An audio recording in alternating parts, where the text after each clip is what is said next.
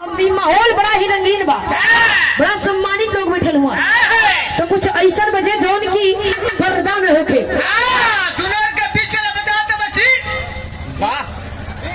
दोनों के बीच में ही है, वही बजा दे नहीं के दुनों के बीच में अपना हूँ सिद्धर जल्दी के लगी ऐसा बजे कि जौन पर्दा में होके और सबकर पर्दा पर जाए, ना ढेर फुहर होके ना ढेर पातर होके। आओ मास्टर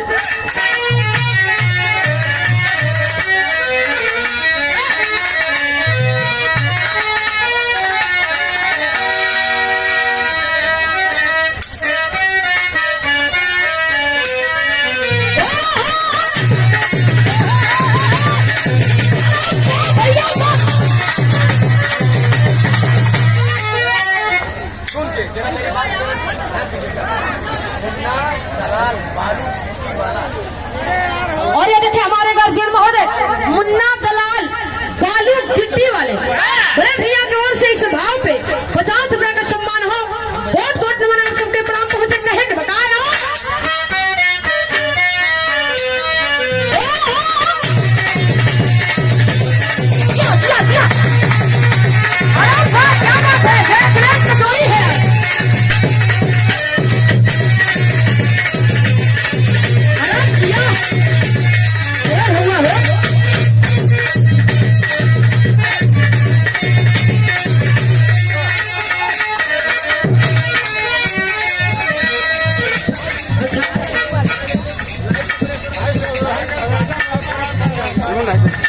और देखें राजन भारती के पापा रामलाल ढाबर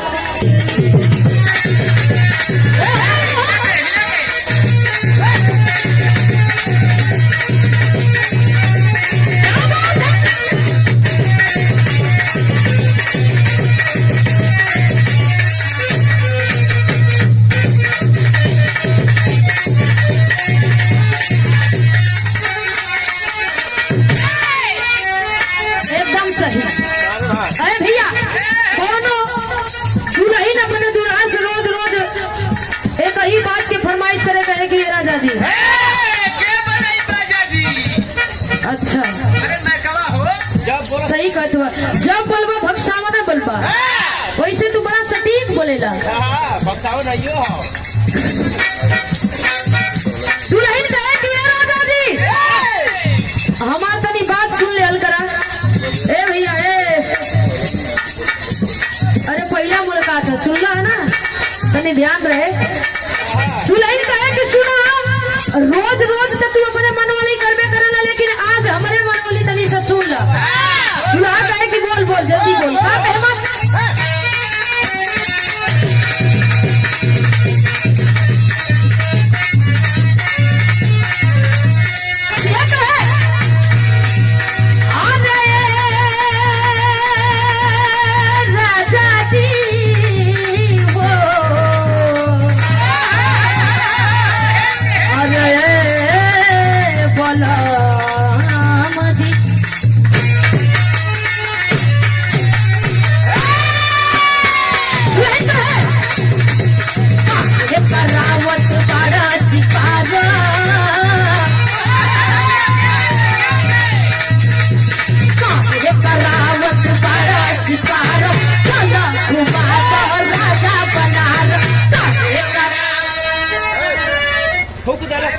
फूक देला भाई बजे बजाओ भैया। अरे फिल्मी स्टाइल में तली होके हो फूकले हका न कर आवा है अरे काहे है करावत बड़ा सिपारा। अरे बाप यही अदा पर हम भेजा रही है। काहे है करावत बड़ा सिपारा, कला माता राजा बना ऐसे ना बाजी पूरी पे कर मुड़ी हिलेला।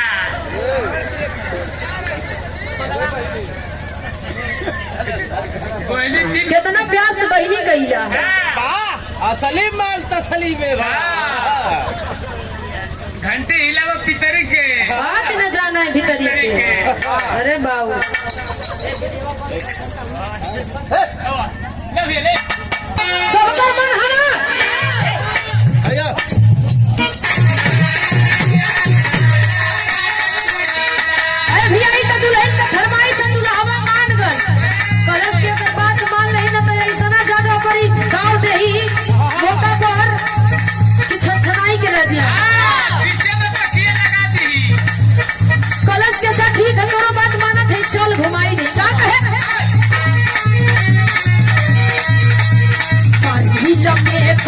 वही लक्षणा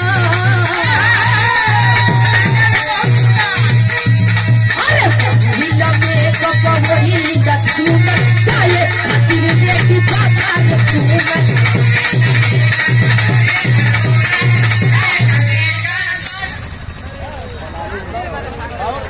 क्या बात है चपले रहा भैया पलामू मुर्गा वाले बड़े भैया गार्जियन की ओर से इस भाव पे 100 रुपए का सम्मान ऐसे ही जोर बना ले रहे भैया यह एनर्जी हो ये एनर्जी अमन के कौन है मतलब अरे महिला मेकअप वही लक्षणा अरे महिला मेकअप वही लक्षणा चाहे खातिर रेत